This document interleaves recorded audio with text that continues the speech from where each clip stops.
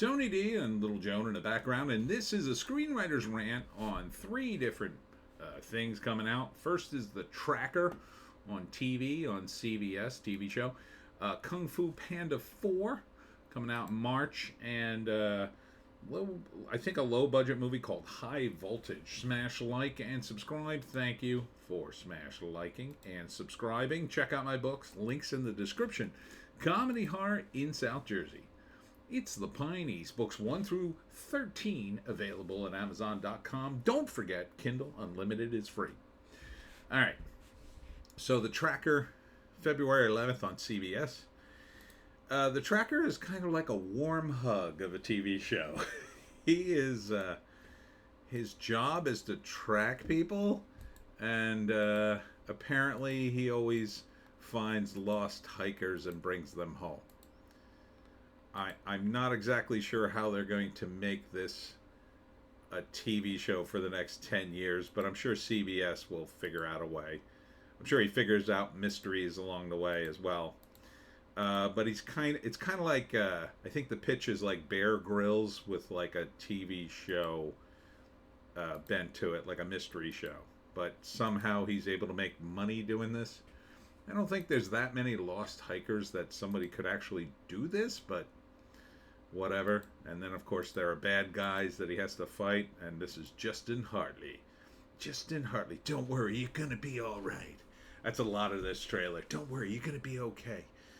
We're going to get through this together. Oh, you did okay, Tracker. Is his last name Tracker? That would be the ultimate, like Frank Tracker. And they call him Tracker, and he's a tracker, and he tracks people. Tracker, tracker, tracker. If you still watch TV, and you're like in your 60s or 70s, I'm sure this will be an okay show. I mean, it's the kind of show they used to make. Tracker. And he just basically solving mysteries every week. That's what it boils down to.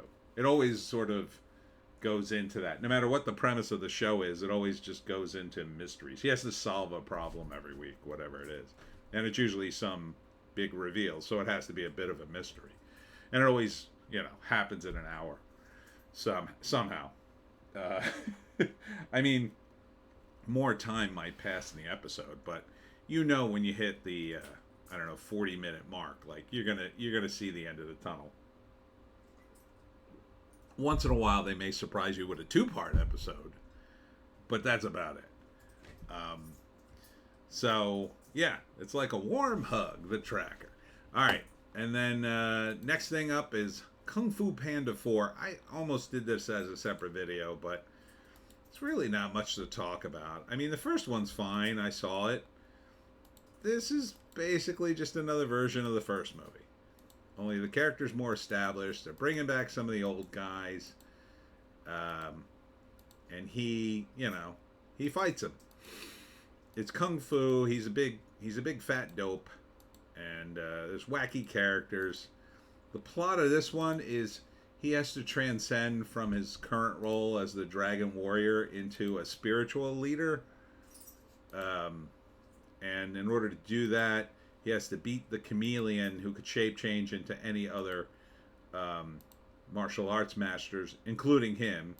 So he has to fight himself at the end, the ultimate fight. So hopefully this is the last one. I mean, it looks fine. Jack Black's okay. It looks funny and fun. This is his sidekick this time, as a fox who's also a criminal. Everybody's an animal in this one. If you haven't seen it. It's fun. I don't mind it. I wouldn't go to the theaters to see it, but I don't mind it. Jack Black is fun. It's inoffensive, is what you can mainly say about it. It's not political or anything. So first act, he's essentially like a martial arts superhero in ancient Asian type culture. I don't think I think it's supposed to be China, but it could really be any Asian culture. And so he is fighting some martial arts master and beats him. He's terrorizing a town or something. And then the new threat emerges, the chameleon. At the same time, his mentor tells him he has to transcend the dragon warrior and become like the spiritual leader, basically take his mentor's place probably. And so he goes to a big city where he meets the fox girl, and together they join forces, and along with the underworld of that city, and they're all animals too, and they're going to fight the chameleon and and his forces, her forces. I don't know. Probably all women at this point. And they win. So, I don't think it's going to end on a downer. So, it's a kids' movie. It'll be fun. It'll be watchable. Jack Black will make it fun, and it'll be okay. It'll be completely inoffensive. All right, and then finally is High Voltage. It's kind of a low-budget movie starring David Arquette as a member of a band. And there were 3 people in the band. Hot blonde chick, David Arquette, and some other dude. And one night after a gig, the blonde chick gets struck by lightning.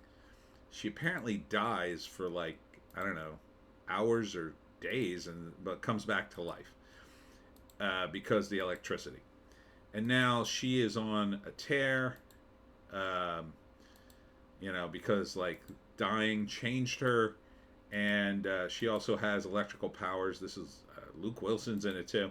So she kills people with her electrical powers, I think, as she ruthlessly conquers the world, I guess. And then, I don't know, some other people in it too. The trailer kind of abruptly ends. It's weird. It's an off-putting trailer. It just kind of ends without really stating what's at stake here, other than Arquette, the blonde chick, and another guy are in a band. I think Luke Wilson is some sort of record promoter, and maybe they become famous because she has lightning powers, or they were on the crux of fame anyway. So the first act, they're in a band. Maybe they're going to become famous. I don't know. David Arquette's a little long in the tooth to be in a band that's going to become famous, but it's possible. See, here's her powers. It's got kind of a lot of elements here. But he doesn't look that old in the trailer because of the way they're lighting him, and he's got a 5 o'clock shadow. He doesn't have gray hair. I don't know. Maybe he can pass himself off as the oldest member of a band. Luke Wilson, I think, is in some sort of management situation.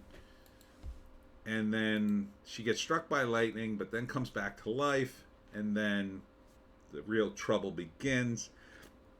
She's sort of ruthlessly, I don't know, taking over the band and killing people with her powers. I'm not exactly sure why. And then at the end, I expect that she would die. She would take things too far, and then... So it's kind of a horror movie, I guess? It's kind of hard to tell. Maybe she's supposed to be some sort of demonic entity? The trailer's just not... It's got too many elements here to bring together. It would be enough that someone got lightning powers. That would be enough of a movie. Right?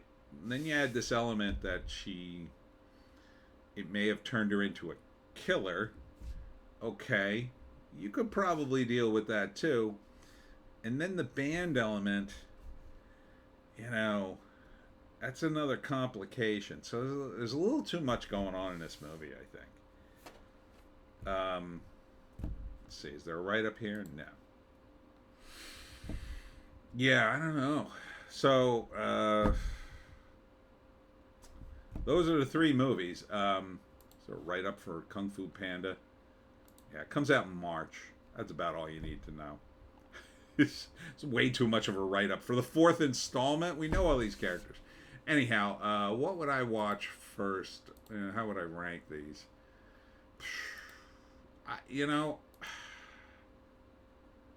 Wow. I guess I would put Kung Fu Panda 4 on the top, because I saw the first one. It's not bad. It's watchable. this looks at least kind of equal to that. I mean, it's not going to be offensive. It's just going to be kind of wholesome, I think. I don't think there's going to be anything crazy in this. And it'll be mildly amusing.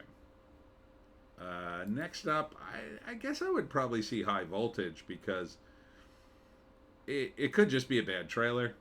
The way it's cut, there could be something here. I'm not too confident of that, but I am confident it'll probably be about 90 minutes and then it'll be over. So that's good. Tracker is on the bottom because, I mean, maybe I'd watch the first episode just to see how they use this pitch, right? How they, how he makes money as a tracker or whatever. I'm sure they explain most things in the first episode.